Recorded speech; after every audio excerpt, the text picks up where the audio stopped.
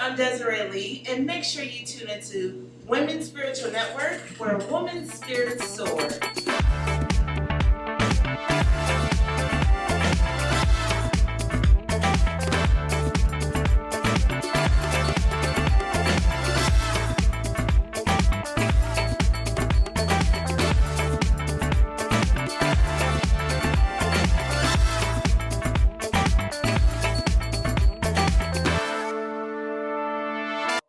Well, my name is Desiree Lee. I am a public speaker, a public figure, a philanthropist, and I travel nationwide sharing my story in hopes of preventing other young people from incarceration, encouraging those who might feel like they're in a dark place, and to show people that nothing is impossible. Today, I'm going to talk to you guys about the power of loving others. I no longer share my story from a place of pain, but from a place of power. And it was all because this lady loved me unconditionally, where she believed in me when I could not believe in myself. In high school, I had a 3.8 GPA, 2 basketball scholarships, on my way in the pursuit of the American dream in college. Because I did not love myself at that time, because I was seeking the validation of others, because I wanted to fit in, because I wanted to do what I saw on TV, because of what I heard in the music, I wanted to be like everyone else. And I didn't take heed to my warnings or what my mother said, and train up a child the way she go when they're old, they won't depart from it. But I did not hear that, because at 17 years old, fitting in is what I cared about at that time. 2 weeks after I graduated from high school, I found myself on the other side of the law. On the night that I got caught, and I know you guys were like, what? Getting caught? Yes. On the night that I got caught, I ran away from the house for 2 long weeks. And in the midst of this, fitting in with the crowd and trying to raise some money before I went to college, my mother was leaving voicemails on my phone. Desiree, come home right now. Desiree, I reported the car stolen. Desiree, you better come home and do what I ask you to do. But I was more afraid of going home to her than getting caught by the police.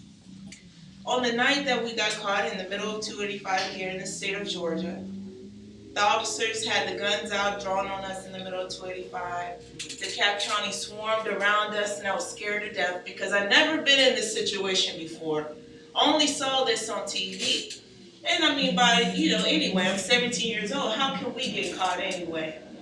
Well, the officer put me in the back of the car. He asked, do you even know what you're getting locked up for?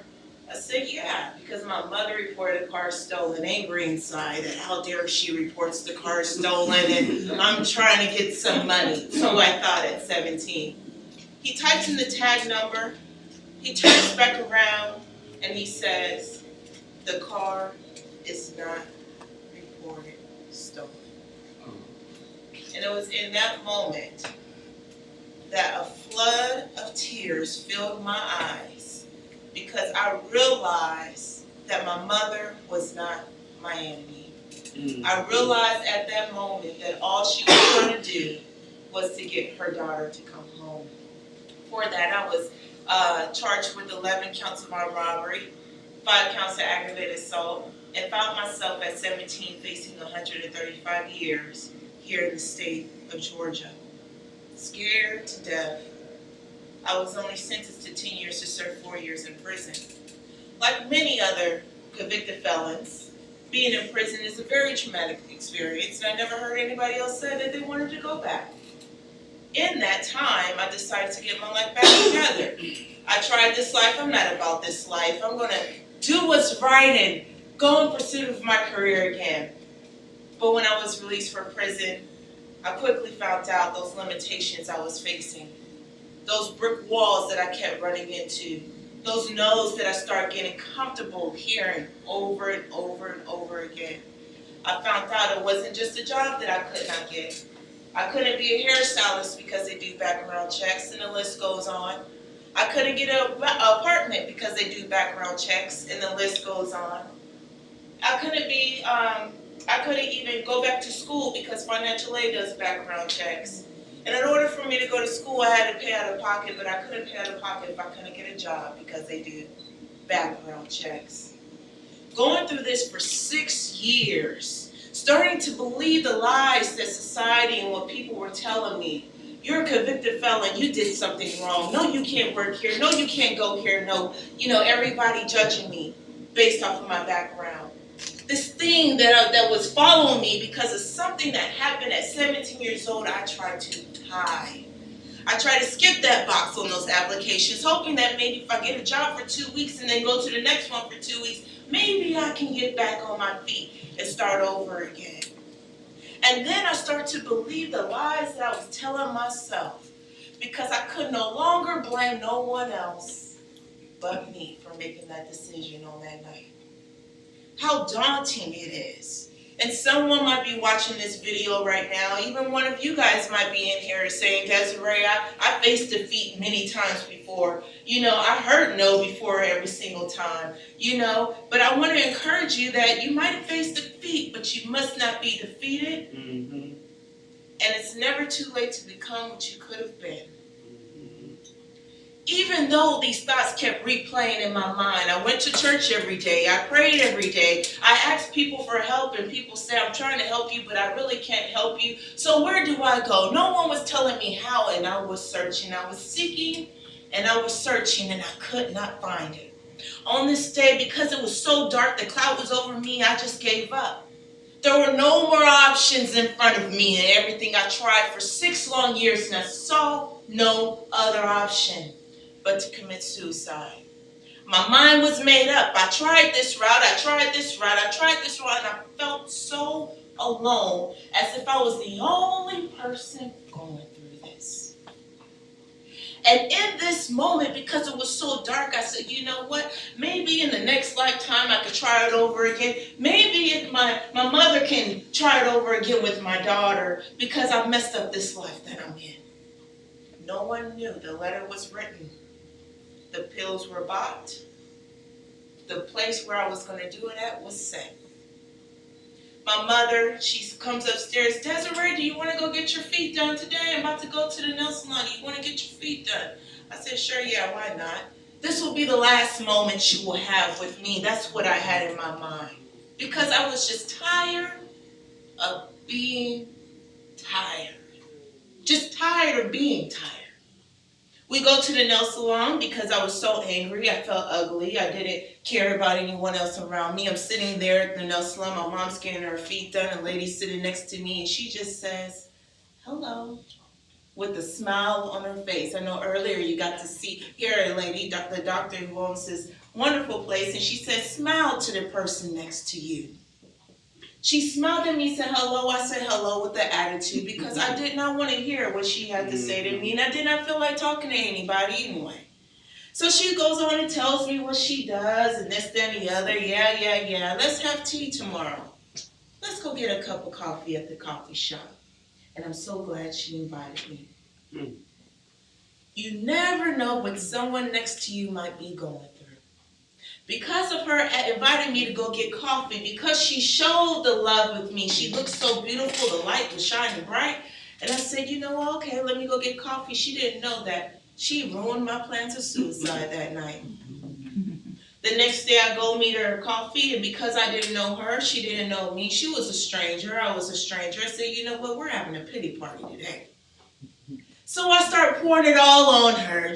Woe is me. I'm going through this, the system this, the laws this, and this, that, and the other. It's unfair. Why am I standing in this spot right here? Till she smiled with me with a cup of coffee in her hand, looking at me, and I'm wondering, what is wrong with this lady? Did she not just hear what I just poured on her? Did she not just hear what I'm going through?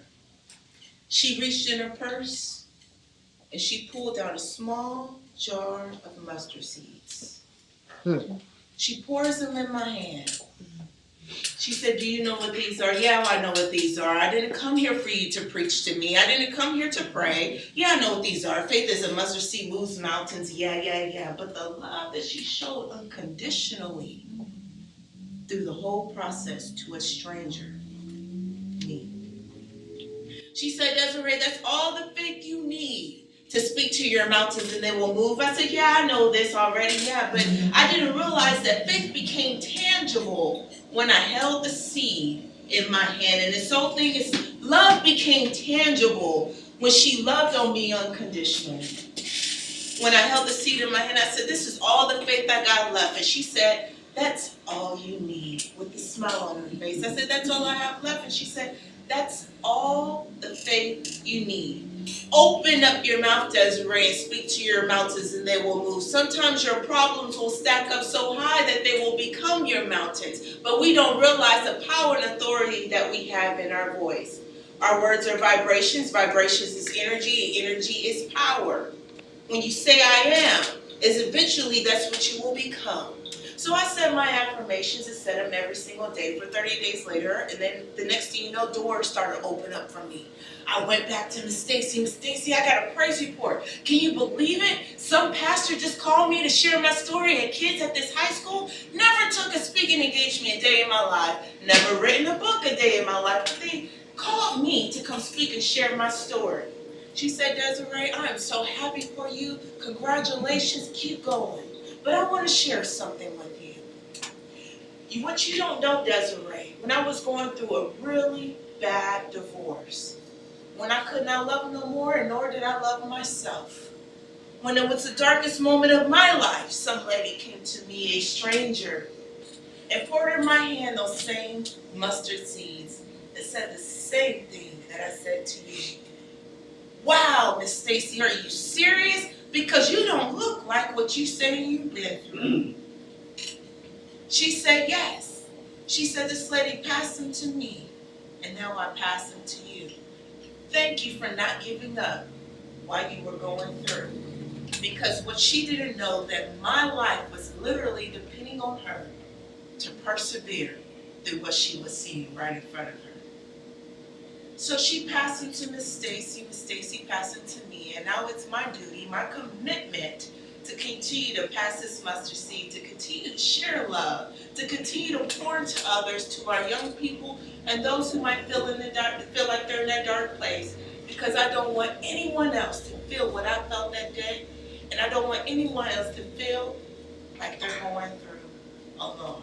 So I share with you, don't give up, and you can't give up because you never know who might be depending on you to make it through. Don't forget to say hi to the person next to you, because you never know what they might be going to you. And that, my friends, is when you love unconditionally.